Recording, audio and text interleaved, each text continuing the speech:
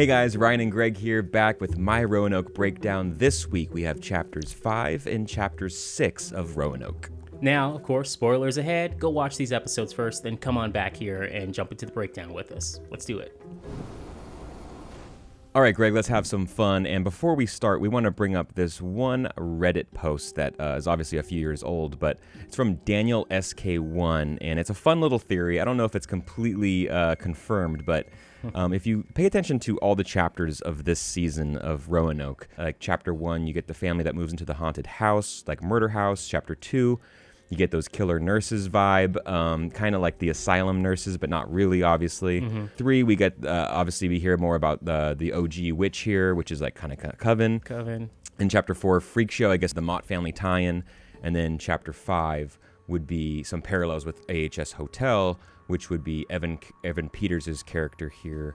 More of his backstory, someone who comes into an area and wants to build their dream house or dream hotel, and then even build secret passageways. Obviously, March had different uses for those passageways as Edward Philippe Mott does here, but a super fun tie-in with kind of the theory behind how these chapters align with different seasons of AHS. And speaking of Philippe Mott, it starts off, the episode kicks right off with Mott, played by Evan Peters. He's the Big Shaker House. It's all narrated by, of course, Doris Kearns Goodwin, if you know her from her books, and also, of course, if you've seen any Ken Burns documentary, Baseball, Civil War, she's in them. So she's awesome. I love that they chose her just for this, specifically because of her Ken Burns work. She's pretty much doing that here, and she's game. I love her. She's her expressions and her acting here is awesome. She's like, okay, cool. I'll make this stuff up. Whatever. I did it for Ken already. Like, wait, what? No. It's fun. Like you said, it's fun to use her as the vehicle to kind of get context and background, as if you're watching a show and then you were getting real historical context into a character. Obviously here, Edward Philippe Mott moves there in 1792 and wants to build this mansion.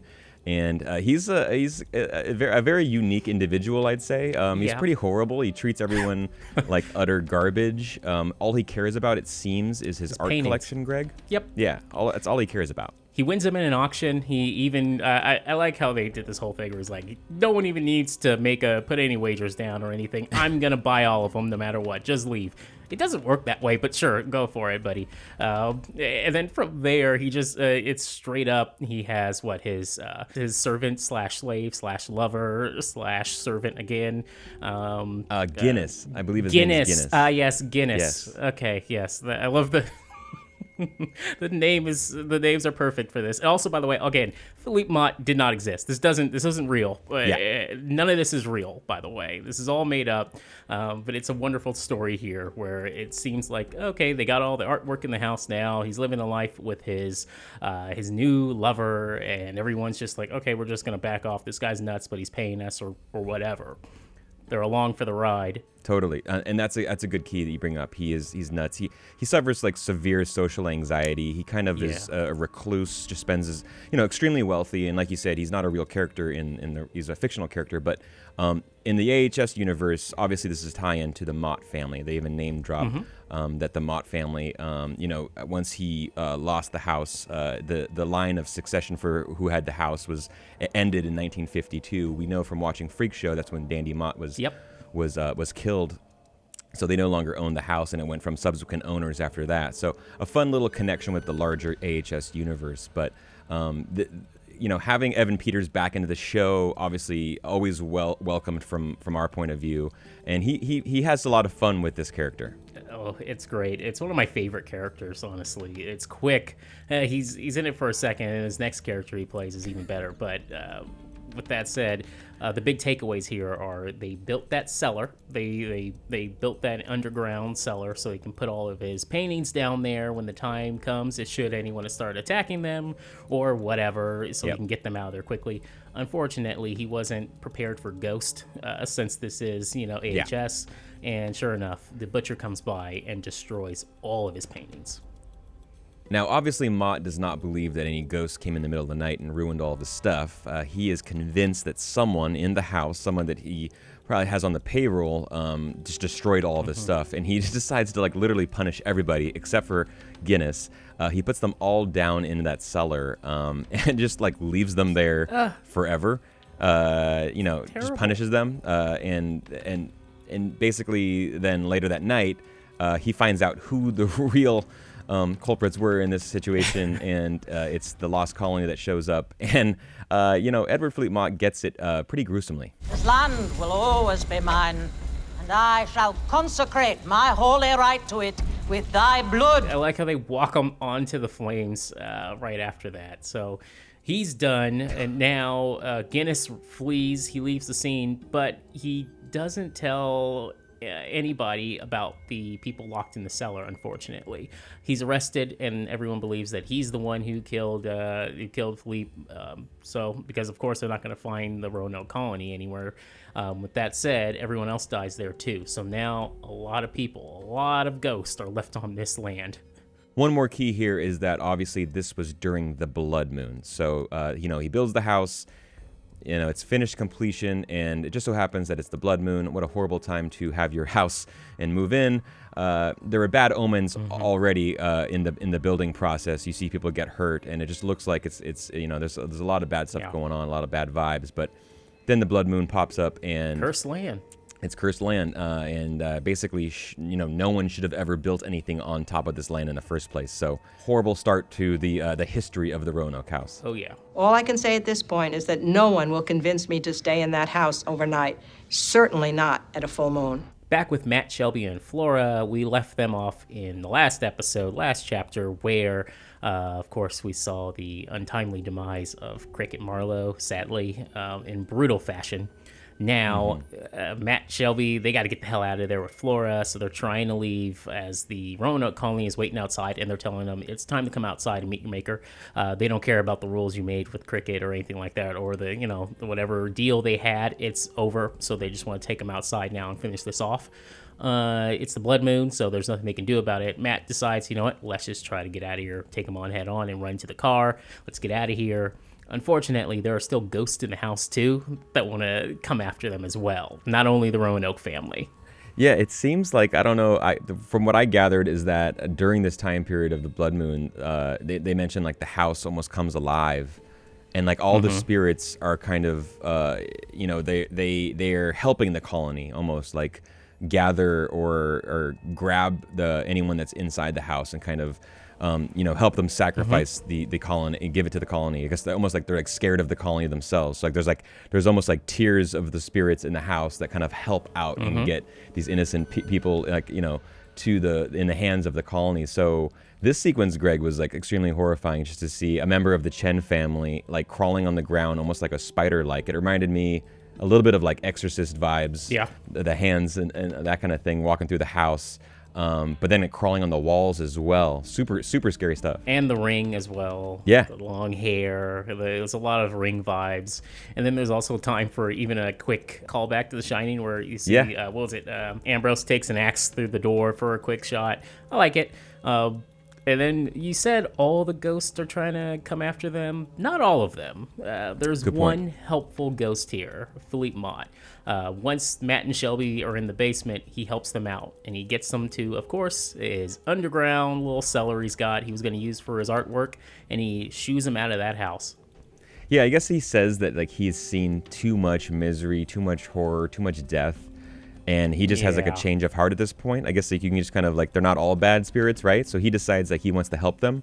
And obviously you're kind of like, should I follow this guy? He's not alive. What's going on? But this whole sequence is pretty cool because, they take him in underground and try to escape. And, Edward Fleet Mott, to me, it looked like the makeup that they used. Obviously the makeup of the time was popular, but also he looked even more ghostly. And then you see that one shot of when he moves the flame in front of his face, and it kind of reminded me another Exorcist vibe there of Pazuzu, that image that we've seen of the spirit of that menacing spirit. A lot of like really fun horror film elements used here in this sequence to just kind of up the intensity of this episode. My intent is not to harm you. In fact, it is to save you. Now, like we said about Philippe Mott helping them, it's not really help. It seems that he's seen enough deaths here, and he's seen a lot of people die on the property. Yeah. Keep that in mind. He's seen a lot of people die on the land, and in AHS fashion, they come back, of course, from the dead, and they stay on the land. He doesn't want Matt and Shelby. He doesn't want Shelby screaming, Matt, for eternity on the land. So what he does is just shoos them off the property.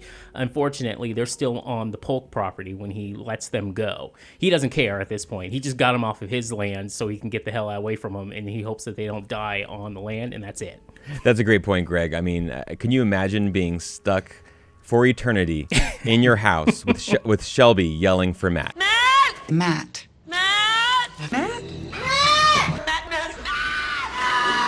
All the ghosts are like, God damn, we can't stand them. Please just sell the property. We don't care. Or wait for the blood moon. And then he was like, you know what?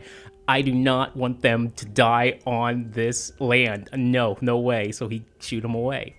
Now, before we go any further, I do want to shout out, Greg, one of our YouTube commenters, Old Funky DD, who said that Matt is going to be the stew is stew for this season. And I never realized it before, but that's spot on. Yeah, it's always been in my head. Ever since I watched this season, I've always just had Matt stuck in my head, and I can't get it out. And now I give it all to you. There you go. Enjoy. Now, from here, lost in the woods, the Polk family grabs them, snatches them up, knocks them unconscious, and brings them back to their house. And at the Polk compound, what do we see again? Elias. Dr. Elias Cunningham is still alive. Greg, how did he survive those arrows to the chest? How do you survive that? Well, apparently it was Mama Polk's work. She helped him out somehow, some way, some little voodoo or something. She was able to keep him alive long enough so they can just cut him up and eat him. As we, again, The Hills Have Eyes, a little bit of Texas Chainsaw Massacre in here with this family.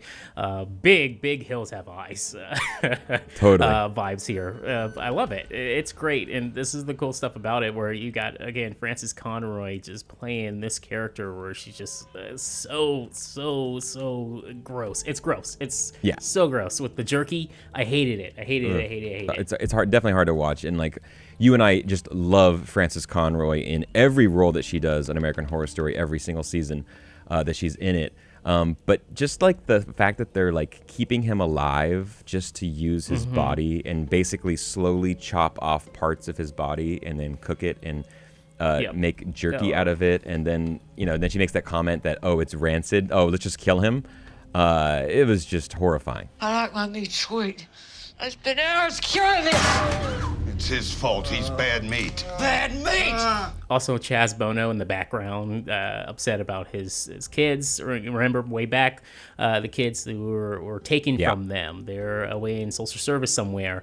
Again, the Croatoan kids, they are gone, and now they want them back, apparently. Now this happens to be stuff, again, in the documentary. We're not sure if this actually happened or transpired. This is just stuff from the documentaries, from Cheyenne Jackson's character we're going to meet a little bit later on. Great point, Greg, reminding us that this is, of course, part of the show, right? The in-universe show. So let's just say maybe there are some dramatic liberties taken, some exaggerations. They mentioned that putting some sauce on it. Yeah, they put some sauce on it. They mentioned that they like grow cannabis on the farm. So not only they're cannibals, they grow cannabis. They're farmers. They have pigs everywhere. They cut up pigs with doll parts. I mean, they kind of just put everything on top, one on top of another, to make it most crazy, most horrifying family you could ever think of. Greg, do you watch an AHS Stories episode on the Polk family? Would you like to get some more background on the Polk family? Not really. Not really thrilled to go back there. I guess it's just a bunch of, like, again, this is The Hills Have Eyes, but they don't have their... I want either Texas Chainsaw Massacre, too, where they got to have their own Leatherface at that point. They need to have something to come after you with. But even though the Polks themselves are pretty terrorizing, so I can see it. Was it cannibal, weed, farmers? Okay. Yeah, I could see it. I mean, it's like a little bit of American Horror Story, a little bit of Breaking Bad. Let's see how the Polk family broke bad. See how it all went down. Now back with Lee, of course. Remember, Shelby snitched, so she's at the police department right now. They're questioning her for the next 48 hours, but she's a cop. She's not going to say anything. She doesn't change up her story at all, so she gets out of there. She's calling Matt. Matt won't answer. She knows something's up at the house. So what does she do? She turns back around and asks the sheriff to drop her back off at the Roanoke house. Sure enough, but by the time they get there, now before they get there, a few things have happened here. The Polks, they are trying to bring Matt and Shelby and Flora back to the house.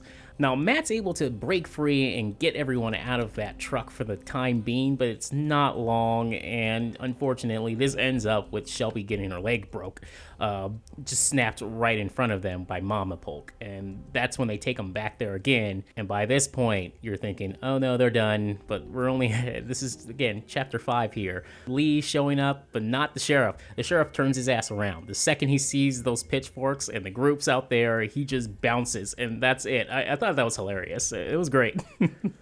Yeah, we kind of expected that. You know, the cops in American Horror Story, they always are just like really horrible. They don't do their job correctly at all.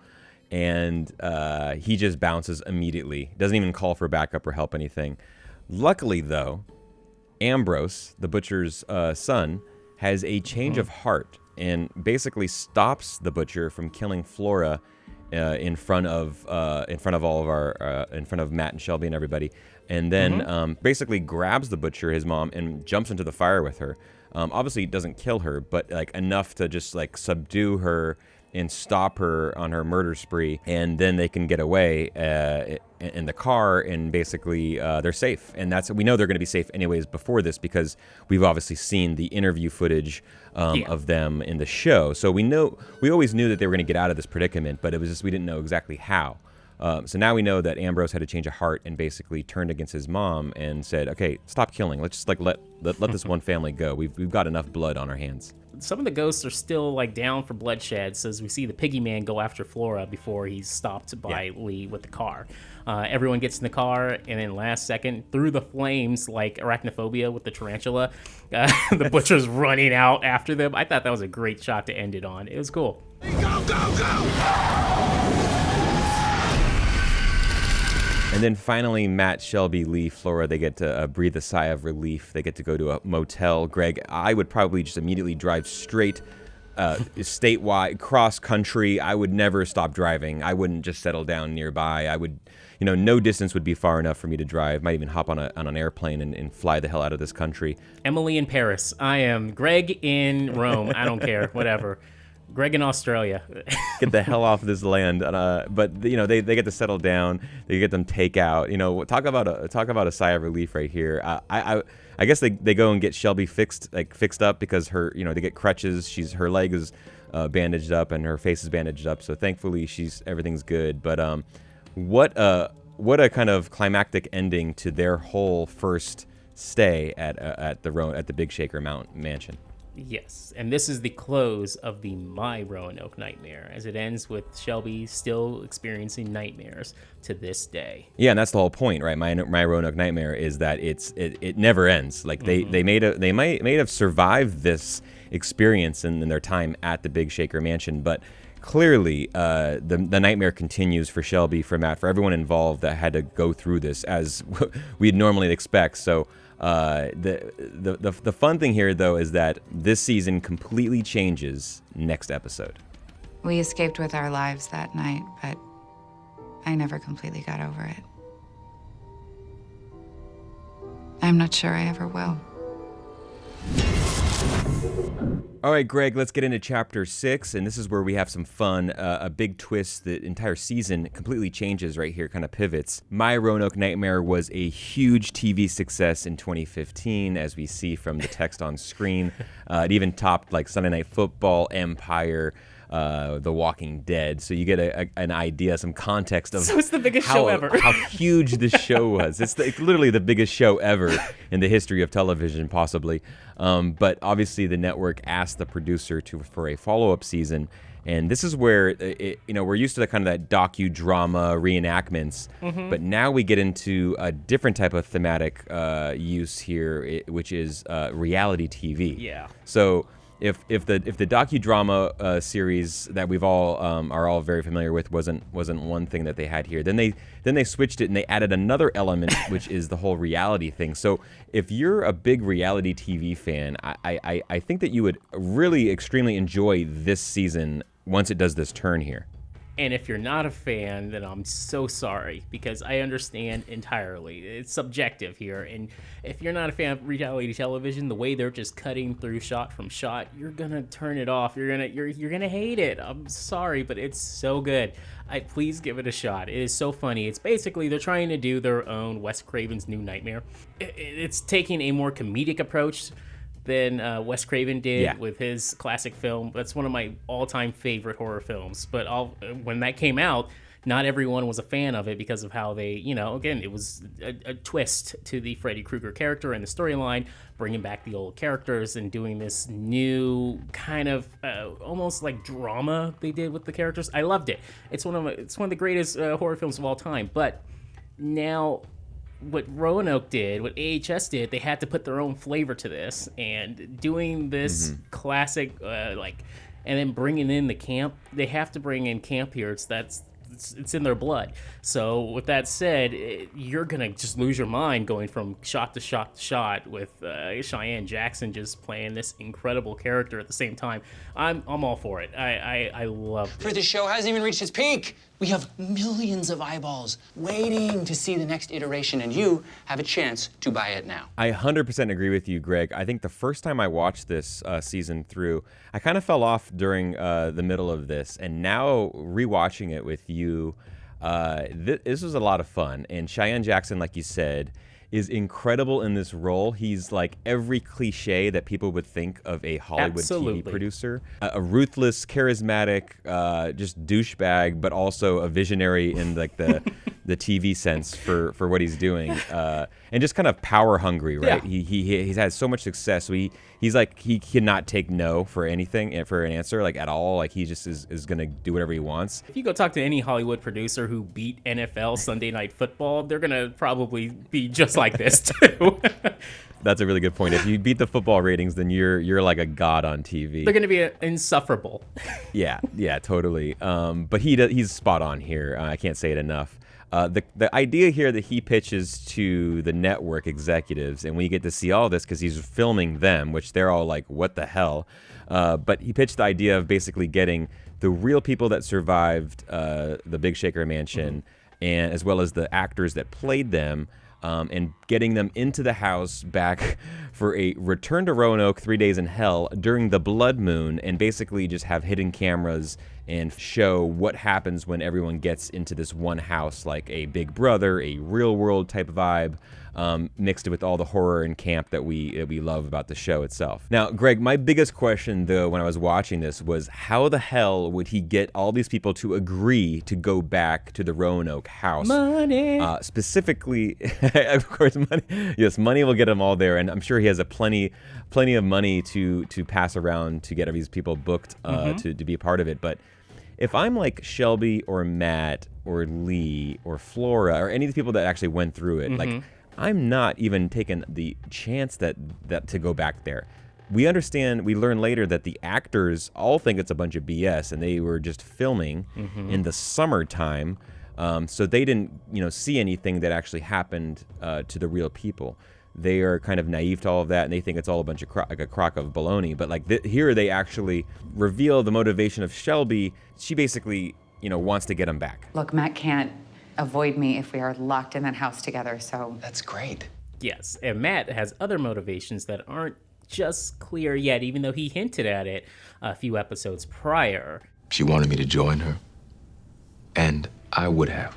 So, of course, one by one, Sidney lines them all up, and he's able to get them there. And, of course, they got all the cash in the world, probably, because, again, they beat the NFL, so they can bring them all over. Now, if there's one piece of feedback that audiences had for the first show was that they didn't like that Lee, everyone basically thinks that Lee is a murderer and she got away with it, and there was no kind of closure to Mason's murder and all this kind of stuff. So the underlying motivation for Sidney here, besides just wanting to get rich even more and have more power in Hollywood, he really wants to kind of tighten the vice on Lee and get her into a pressure situation and basically break her and have her come clean about what happened. Yeah.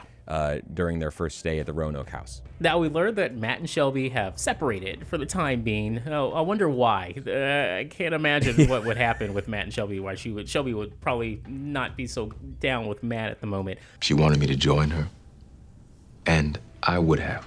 Unfortunately, there was another Matt she still hung out with, and she was caught on camera with in TMZ style.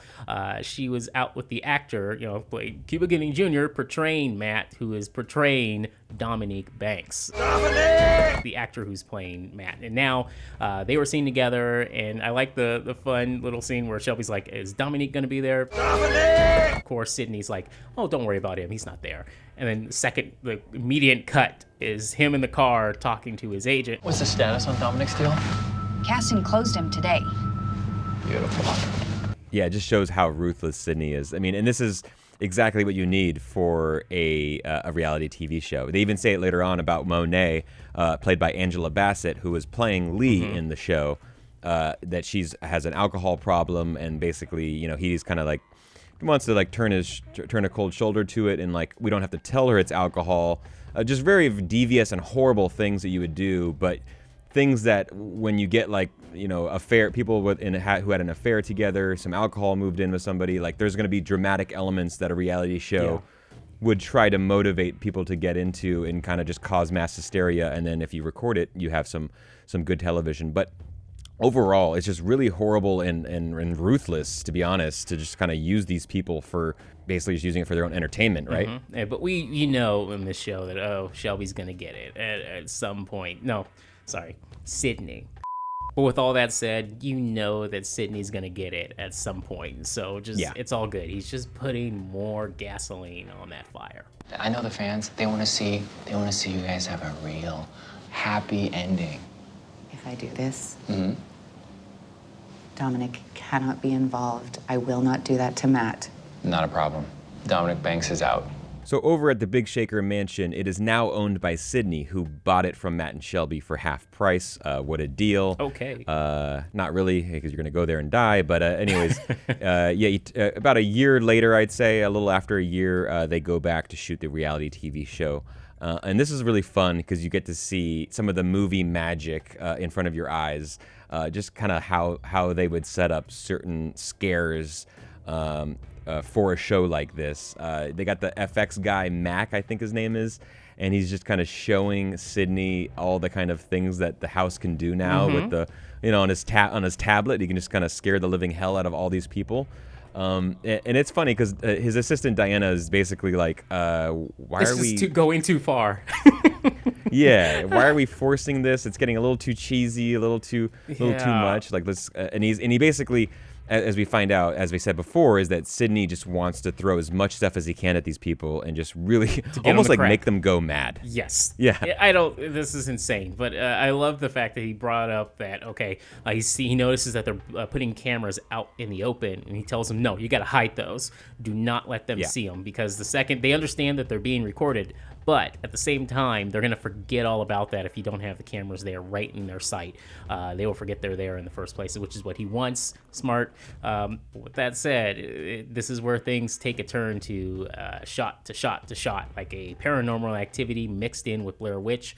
Could be a little jarring, but I thought they did a really good job with it. I'm interested in using horror to find justice. These aren't pop-up scares for the sake of scares. These are going to lead to the truth. Now, before they can even get started, though, someone left a nice present for them nearby behind a tree, some nice dead fetal pigs.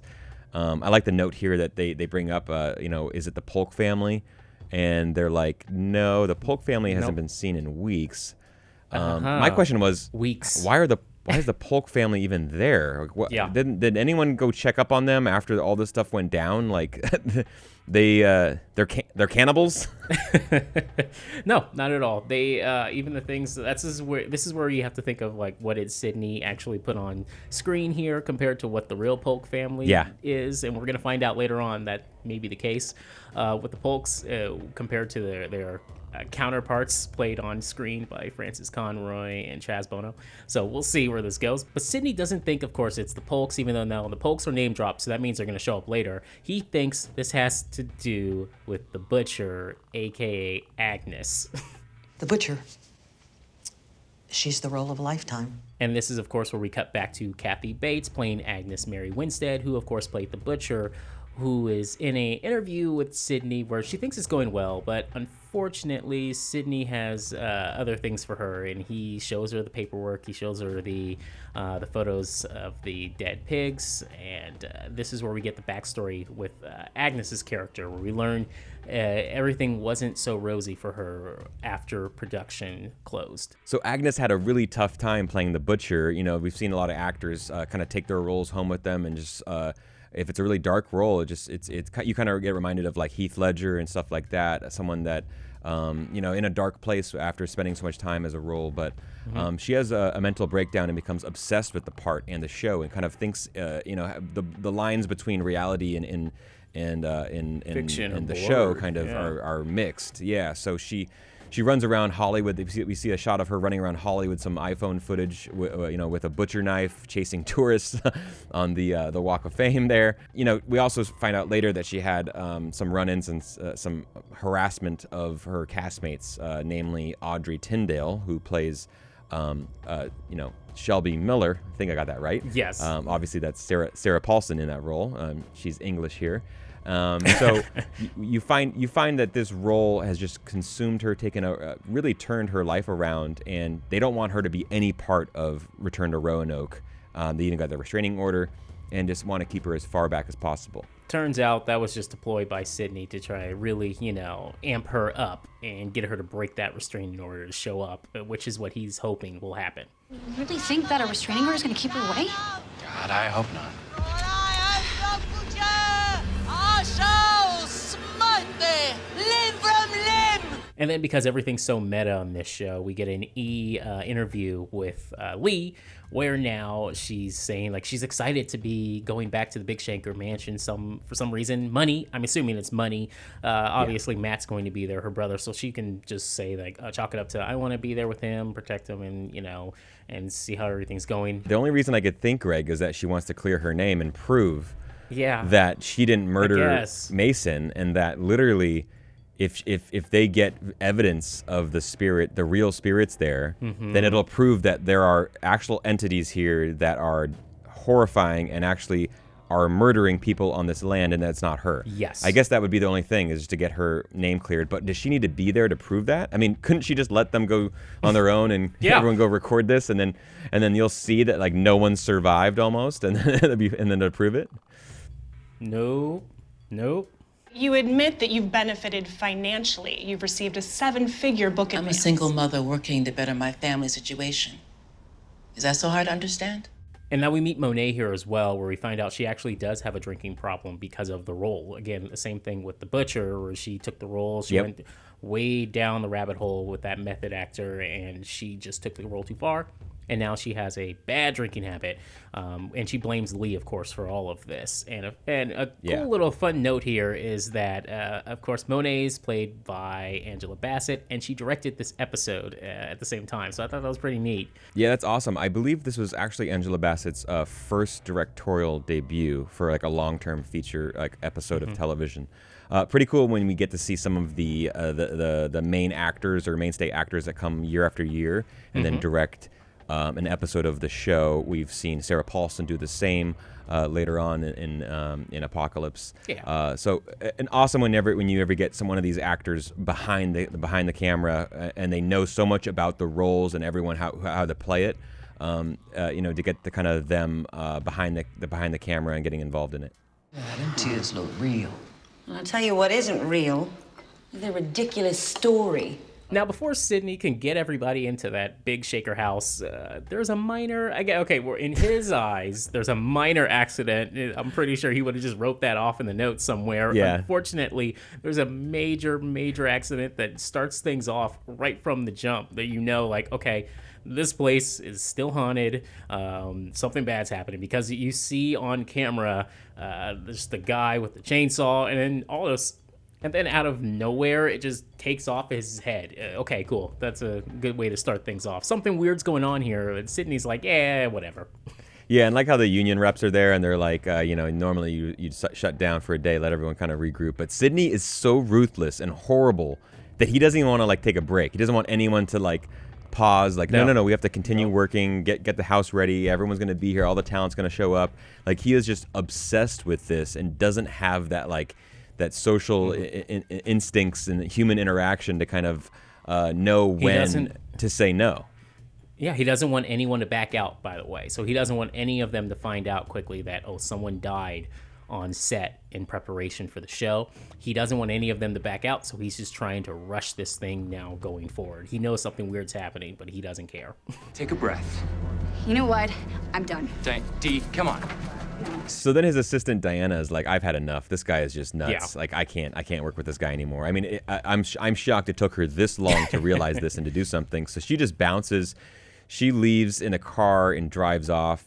She has her own little video camera like they all do to kind of keep producing content. You got to keep producing content, Greg, even when you're pissed off and you're driving away, I guess. Subscribe. Make sure to hit that like and subscribe button. Exactly. She drives off, and then she runs into a mysterious figure. Looks like the butcher on the hillside is like, I don't want any part of this. But of course, Piggy Man pops up behind her and looks like she's toast. And yeah, this footage that we saw here of her untimely demise happens to be something that they found, apparently the police found 3 months later. And this is where the show takes another turn, where we find out that all the events that are transpiring here are recorded events that weren't made, apparently, for the original show, the original Return to My Roanoke Nightmare, whatever. This is something entirely different, again, going more into like the Blair Witch style. Yeah, and so if you weren't confused by it before, now it's a little bit more confusing. Yep. But basically, the show that we were introduced to, the premise in the beginning of Chapter 6 is no longer the same thing. Doesn't happen. Now, after this is another death on camera, it's turned into a found footage thing, like you said, Blair Witch style. You figure like the network just got all this footage back, everything kept on rolling, and then all of a sudden they put it together and said, okay, here's some coherent dramatic piece that we're gonna run. But that basically throws any plans that we had before, any things that we thought was gonna happen, out the window. Yep. All right, I don't mean to interrupt, I really don't. Suck it, we're hitched! From here, everyone shows up at the house now, and we have, of course, Sarah Paulson, who's playing Audrey Tyndall, and she's married to, okay, here we go, Rory with an R, Monahan, and he is... With an R. An R, and he is played, of course, he played Philippe Mott, and that is also played, of course, by Evan Peters, and he's just throwing out this character. I wonder how soon they came up with this character and the actual set for AHS for this one. They're like, okay, Evan, we're going to come back here, and I want you to play Rory Monahan, and I wonder if he's just like, okay, let me come up with something for this. I got it. Boom. All right, here I am. I'm just he's a complete. He's such a douche. I love it. With that said, the wedding footage is amazing. You have Chaz Bono who's giving away, they're throwing up the flowers in the air. I love it. I love all of this goofy crap. With that said, it's a good start to it. Like, okay, here we go. Red wedding's on its way at some point. So one of them was going to be the first one to get clipped. And they had to be. You are the color of the sun. So bright. And hot. So hot. Sorry, Mom. In addition to that wedding footage, Greg, I really loved seeing that BTS footage from My Roanoke Nightmare when we see Audrey and Rory kind of hit it off in the tunnels. Would you actually think about ever having dinner with me, maybe? It's pretty funny. He's just totally hitting on her, and he loves her accent, and then I guess like the romance built on set between those two. But it was fun to see kind of an outtake of when they were filming the dramatic portions of that tunnel run together. Which is, they're still filming a role because that's Sarah Paulson, Evan Peters, still playing the role. I dig this. I love it so much. It's mind-blowing. Yeah. It's very confusing, but I'm still with it here. I just kept in the back of my head, again, Wes Craven's New Nightmare. That's it. That's all that I keep run off of. Now, we saw earlier that Agnes, of course, is not allowed anywhere on the property. Sure enough, she's going to show up, and it happens to be right when Rory and Audrey are downstairs. He's got his camera out, and there's a quick shot of, you can see Audrey for just the split, or Agnes, excuse me. I'm sorry, there's too many damn names here. I agree. We're going to get these mixed up all the time. I'm going to say probably Sarah Paulson at this point, any moment. Just keep going from there. But with that said, now, Audrey, what the hell? Agnes. Agnes. There we go. I'm sorry. Agnes takes her butcher knife with her, apparently, and she's knocking out windows. She scares the shit out of everyone there, of course, but this is when Sydney shows up with the rest of the crew, and so no one does anything about it. I guess they just forget about her right then and there, which is crazy. I would have called the police. Like, she's just slamming windows, and she's trying to get in. They thought they had a restraining order against her still, and especially Audrey, because she already tried to attack Audrey because of a Saturn award, apparently. Yeah, it's hysterical, but like you have to know here that like Sydney also is kind of like, oh, that happened? Oh, there's no way. She's not here. We're gonna check it out. But he wants this drama to happen on camera, right? He doesn't really care. Yeah. He doesn't care. Oh, yeah. He doesn't care if Audrey feels threatened, if she's hurt, anything like that. Like he wants it to happen. So he's kind of like just like half into like just kind of showing that he cares, but not really into it at all. So. But the fun thing here is that we get to see like the hidden cameras getting used, but also everyone is giving a camera phone that can only the camera works on the phone. They have to give up all their phones, and they basically are recording, vlogging what happens. So it's that style cut in with the hidden cameras that we see all around the house. So as soon as everyone gets settled in, we can already tell that there is a ton of drama already between a lot of the people in the house. Exactly what you want for a reality TV show. Audrey does not like Shelby, Sarah Paulson, the character. Yeah, they don't like each other. She thinks that Shelby is just out there and completely self-centered and kind of crazy. Lee and Monet have their own thing. Matt and Shelby also have their own thing. So there's a whole, and Dominic as well, obviously involved with the whole, with that group, that trio. So there's just a whole lot of drama, and it's basically setting up for just some craziness off the top here. And it kicks off with Lee and Shelby going at it for a moment while everyone else is in the room, like recording it on their cameras. And then we find out that Audrey's she's a piece of work too. The way she treats everyone else there, because she's the actor, she's done it all. She's portrayed that character, and then Rory's given her like the good old, you nailed that Shelby character. It's it's so awful. Okay, come on, Roanoke House, Blood Moon, bring it on. Let's do this. I mean, how awkward it would be to be in a room with someone that try to portray you, and you being like, you took some swings. That was a little bit, you took some creative choices there with that. That's not really how I am. It's a funny little thing to kind of think about those people being in the same room together. And it doesn't get any better, because right after that, we learn that Matt and Shelby, they're okay. They can tolerate each other, as Shelby goes down to talk to Matt to say she wants to get back with him. Matt, it just feels like, again, he's got something else on the back of his mind here and why he's there. Because he's like, it's really in one ear, out the other with Shelby. And before they can even get any further, guess who shows up at the front door? That's right. Sydney told Shelby that Dominic would not be showing up, but he does show up because, on the down low, he was already headed there. He was already booked. Yep. So he pops in, and Matt and him go at it immediately. Matt says it feels good to fight him. Needed that. So, more drama right off the top here of the initial episode of Return to Roanoke. Sydney got exactly what he wanted. Now, with that said, as everyone now is in the house, they're kind of calming down for the night.